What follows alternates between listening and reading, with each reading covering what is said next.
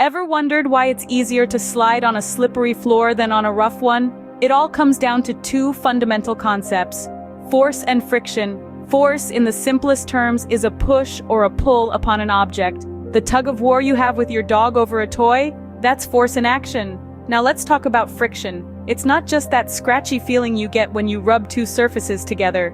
It's the resistance that one surface or object encounters when moving over another. Picture this: you're walking down the street. With each step, your shoe pushes against the ground, exerting a force. But the ground isn't just taking it lying down, it pushes back, creating friction. This friction is what stops you from slipping and sliding all over the place. So force and friction are fundamental to our daily lives, from walking to riding. But what exactly causes friction? Well, to understand this, we need to take a closer look at the world around us. Imagine you're holding an apple.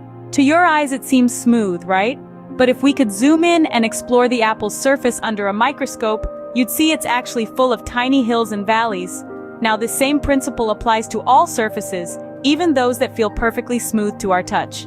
When two surfaces come into contact, these microscopic hills and valleys interlock with each other. As you try to slide one surface over the other, these little bumps collide, causing resistance. This resistance is what we call friction.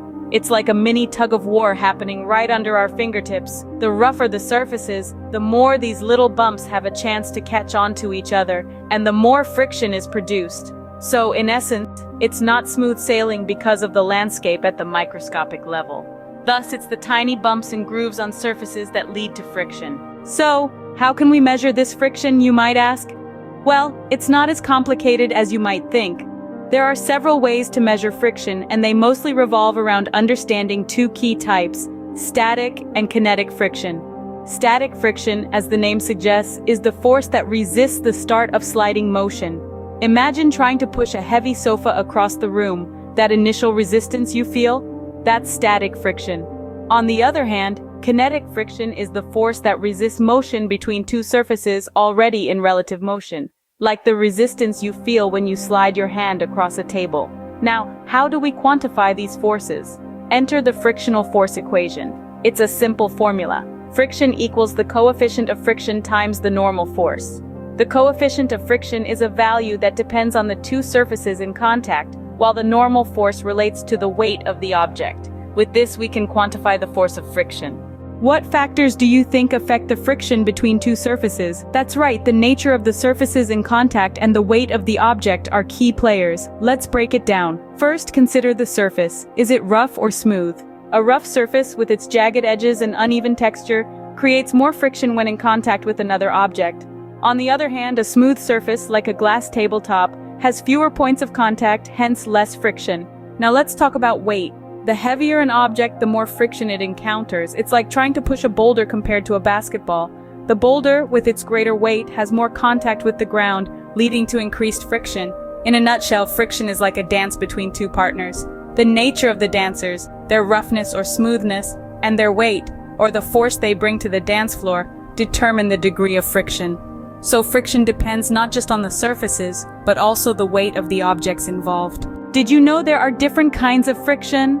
Let's dive right into exploring these types, namely static, sliding, rolling, and fluid friction.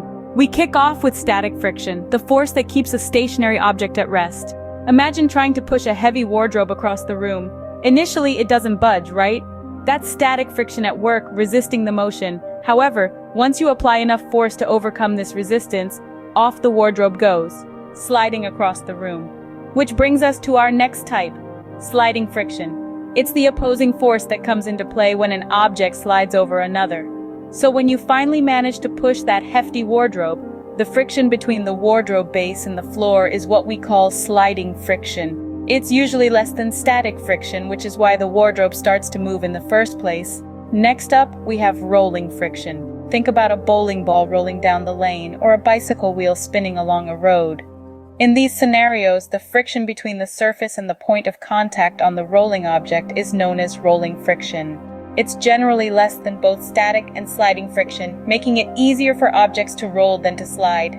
Last but not least, we have fluid friction. This is the resistance experienced by objects moving through a fluid, be it a liquid or a gas. Picture a submarine cruising underwater or a bird soaring in the sky. The friction they encounter from the water and air respectively is fluid friction. To sum it up, static friction keeps things from starting to move, sliding friction slows down the movement, rolling friction makes rolling possible, and fluid friction affects motion through liquids and gases. Each kind of friction has its own characteristics and applications. From holding a coffee mug securely to enabling a car to move smoothly on the road, friction is an integral part of our daily lives. So the next time you encounter any resistance, remember, it's just friction doing its job. While friction can be troublesome, it's also a necessary evil. Yes, you heard it right. Friction, despite its notorious reputation, plays a crucial role in our daily lives. Imagine trying to walk on a frictionless surface. It would be like trying to sprint on a sheet of ice, not very productive, right? That's because it's the friction between the soles of our shoes and the ground that gives us the grip to move forward. Now picture driving on a slick, rain-soaked road. It's the friction between your car's tires and the road that prevents you from skidding off into a ditch. Even something as simple as holding a cup of coffee relies on friction. Without it, that hot cup would just slip out of your grasp.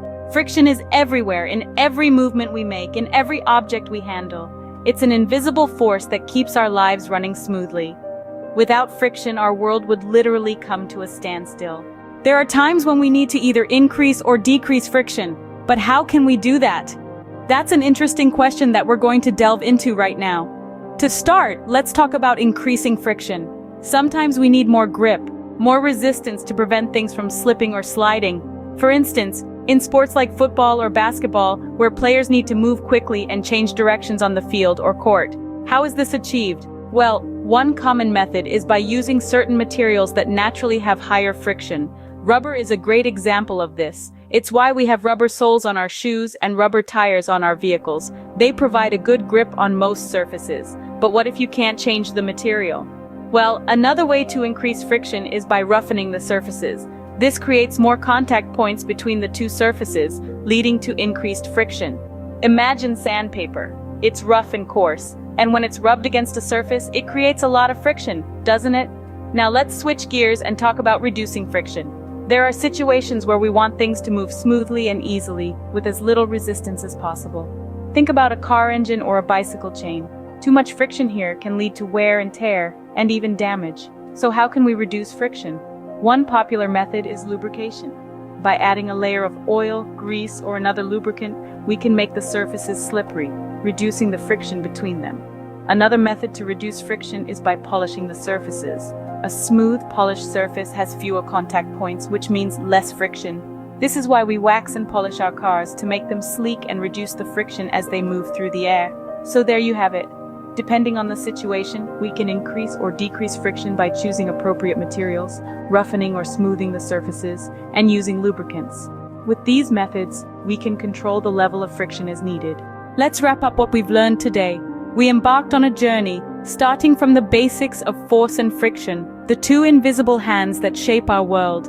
We discovered how friction is caused when surfaces interact with each other, and how it can be measured, shedding light on its unseen influence.